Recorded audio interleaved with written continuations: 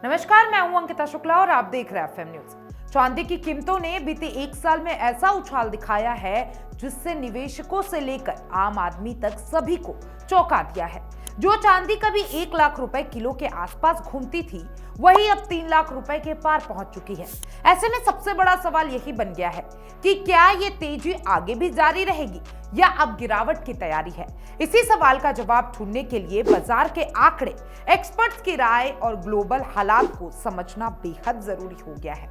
देखिए, 21 जनवरी को दोपहर 12 बजे के आसपास चांदी का भाव 3,33,000 रुपए प्रति किलो के स्तर को पार कर चुका था। यह आंकड़ा अपने आप में बता देता है कि फिलहाल बाजार में चांदी को लेकर जबरदस्त तेजी का माहौल बना हुआ है। लेकिन निवेशक यही जानना चाहते हैं कि क्या ये तेजी कुछ समय की है या फिर चांदी सच में आने वाले सालों में 5 लाख से 6 लाख, यहां तक कि 10 लाख रुपए प्रति किलो तक भी जा सकती है। अगर बीते एक साल के आंकड़ों पर नजर डालें तो चांदी की कीमतों में ऐतिहासिक उछाल देखने को मिला है। मार्च 2025 के आसपास चांदी करीब 1 लाख रुपए प्रति किलो के स्तर पर थी। इसके बाद दिसंबर तक ये 2 लाख के करीब पहुंची और जनवरी 2026 में 3 लाख रुपए का आंकड़ा भी पार कर गई। यानी महज कुछ ही दिनों में चांदी की कीमत लगभग 3 गुना हो गई। इससे पहले चांदी में इतनी तेज रफ्तार कभी नहीं देखी गई थी। अगर इसी रफ्तार से कीमतों की गणना की जाए तो कुछ लोग ये दावा कर रहे हैं कि 2030 तक चांदी 10 से 12 लाख रुपए प्रति किलो तक पहुंच सकती है।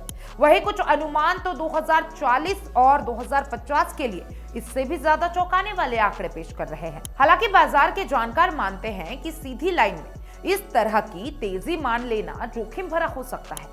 अब सवाल ये उठता है कि आखिर चांदी में इतनी बड़ी तेजी आई क्यों? इसके पीछे सबसे बड़ा कारण ग्लोबल आर्थिक अनिश्चितता मानी जा रही है।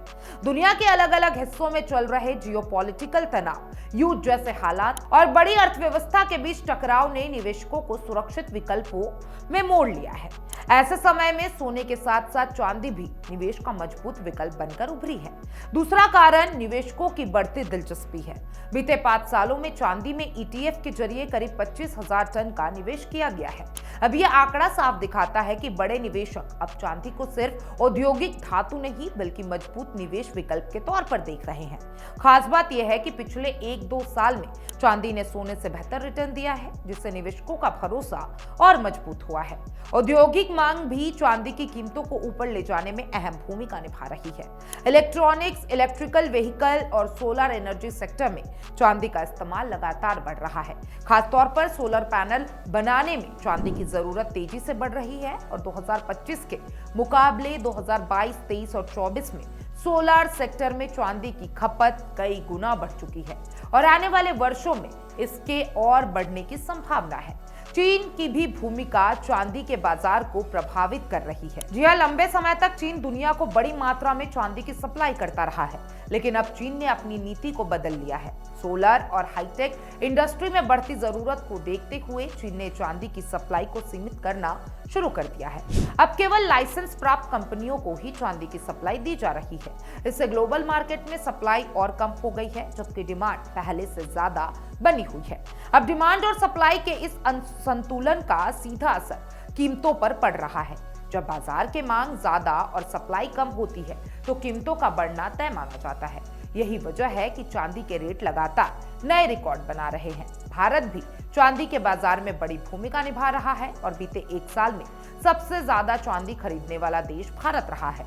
अंतर्राष्ट्रीय हालात, निवेशक के विकल्पों की तलाश और घरेलू मांग के चलते भारत ने भारी मात्रा में चांदी का आयात किया है। इससे भी ग्लोबल डिमांड को मजबूती मिली है। हालांकि सभी एक्सपर्ट्स का एक ही राय नहीं है। जहां कुछ बड़े निवेशक और लेखक चांदी को 5 से 6 लाख रुपए प्रति किलो तक जाता हुआ देख रहे हैं, वहीं कुछ संस्थाएं सतर्क रहने की सलाह दे रही है।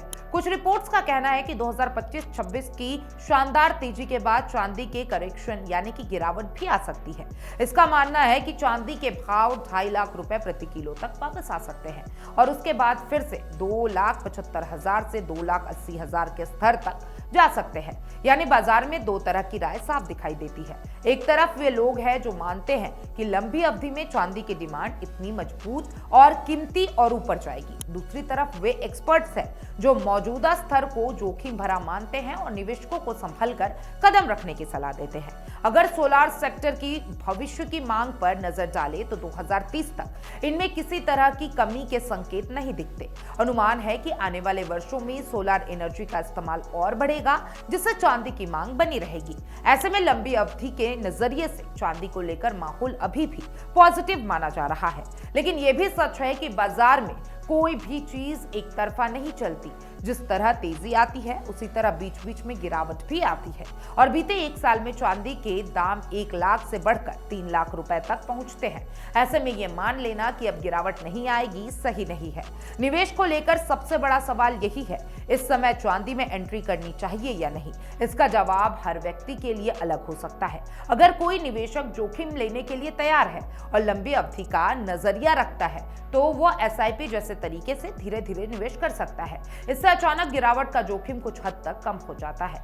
वहीं जिन लोगों को बाजार की अनिश्चितता परेशान करती है और जो कीमतों में उतार चढ़ाव सहन नहीं कर सकते, उनके लिए फिलहाल दूरी बनाए रखना ही एक समझदारी भरा फैसला हो सकता है। निवेश में लालच सबसे बड़ा दुश्मन माना जाता है और सिर्फ इस डर से निवेश करने का मौका हाथ से निकल जाए अक्सर नुकसान की वजह बनता है। अब देखिए, निवेशक का फैसला कभी भी भावनाओं में बहकर नहीं लेना चाहिए। यह फैसला हमेशा डेटा, लॉजिक और अपनी जरूरतों के हिसाब से होनी चाहिए। वही पैसा निवेश में लगाना चाहिए जिसकी तुरंत जरूरत ना हो। अगर बाजार गिरता भी है तो निवेशक को इतना धैर्य रखना चाहिए कि वो करेक्शन के दौरान सही फैसला ले सके। कुल मिलाकर चांदी को लेकर तस्वीरें साफ हो गई है। डिमांड मजबूत है और इलेक्ट्रिकल इस्तेमाल बढ़ रहा है और ग्लोबल अनिश्चितता बनी हुई है। इन सभी वजहों से लंबी अवधि में चांदी के भाव को सपोर्ट मिलता दिखाई दे रहा है। लेकिन साथ ही यह भी सच है कि मौजूदा स्तर पर जोखिम बढ़ चुका है और बीच बीच में गिरावट आ सकती है। निष्कर्ष साफ है कि चांदी 10 लाख रुपए प्रति किलो तक जाएगी या नहीं, इसका कोई पक्का जवाब आज कोई नहीं दे सकता। लेकिन इतना जरूर कहा जा सकता है कि आने वाले समय में चांदी बाजार में चर्चा का केंद्र बना रहेगा और निवेशक समझदारी, धैर्य और सही रणनीति के साथ कदम उठाएंगे, वही इस तेजी का सही फायदा उठा पाएंगे।